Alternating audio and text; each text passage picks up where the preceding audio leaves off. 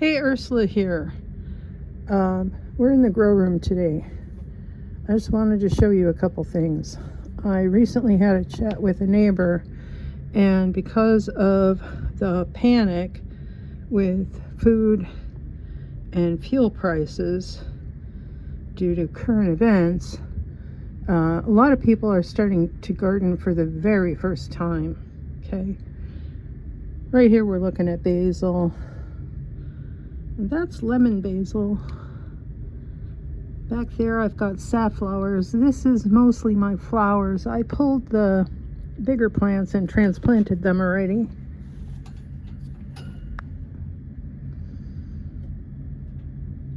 You can see I've got some lettuce. I've got parsley. Not parsley. I've got celery. This is why I have tags, right? And I have statice that I've transplanted out into slightly bigger pots already. This is my winter garden, which I grow all winter indoors. These are almost done. And then you can see I've got leeks that are just about ready to start hardening off outside.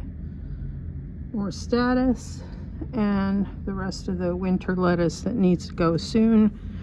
Then I've got some down here. Most of these are flowers. I did plant some herbs. They take longer to come up. So we're going to give these a little bit more time. And something I want to talk about today is what I chatted with my neighbor about. This is not something she realized. She thought, oh, it's the middle of March, I should plant everything. No, you shouldn't. You need to start with knowing when your average last frost date is. Average does mean average. We've had our last frost date as early as February, and we've had our last frost date as late as June. Now for me, my last frost date average is May 3rd. I went to the Old Farmer's Almanac to look that up, and I plan accordingly and plant accordingly. Those are potatoes, and they need to go outside very soon. They just happen to start growing.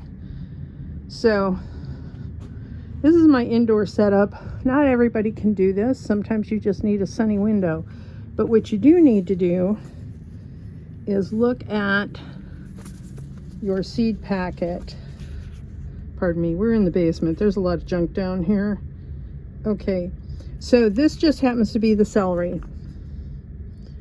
And as you can see, if I can hold my hand steady, it says you should start your seeds indoors 10 weeks before last frost and transplant after temperatures stay consistently above 55 degrees. Okay, this is celery, and this is the celery. Now it's going to have to wait until we're consistently above 55 degrees. It also has to go through a hardening off period. Now, how do you know if your packet of seeds doesn't say when to plant, whether you should or shouldn't? We're going to go over here.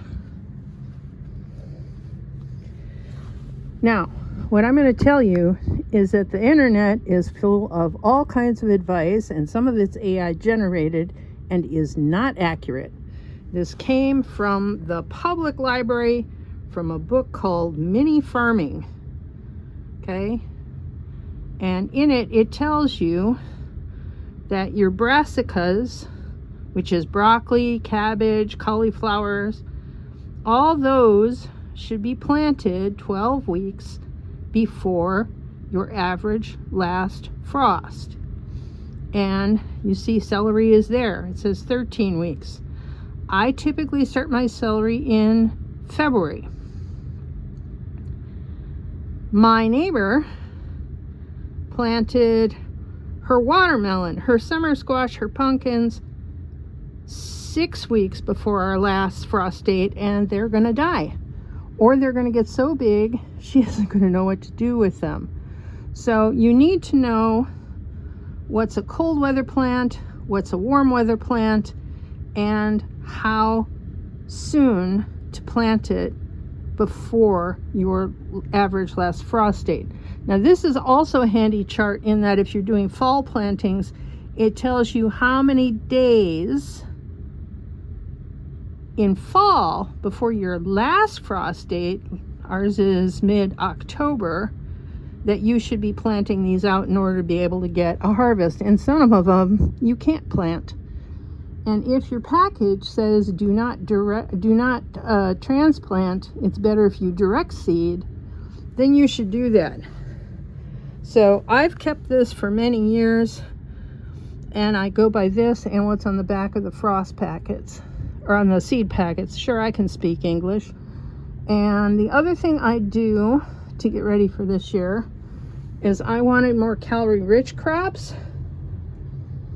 So these are all sweet potato starts. Slips is what they call them. And how did I do that? Let's see, here's one that didn't make it. I took, this happens to be a tomato soup container, carved it open, stuck a sweet potato in it in some dirt and kept it moist. This was just a potato that was too small. It was really tiny, from the garden last year. It was really too small to actually peel and eat. So this one here has given me quite a few, most of the slips that you see here.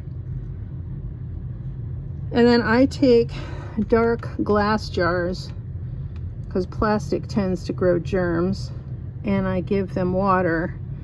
And then if they start looking peaky, then I transplant them into a container temporarily, because these guys will not get planted until June 1st. They need warm.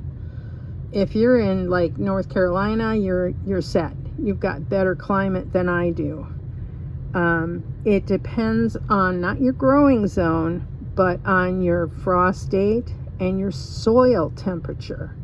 Some people actually buy soil thermometers and make sure that their soil is warm. I have the luxury of putting them in grow bags if they get too big or too unruly too early.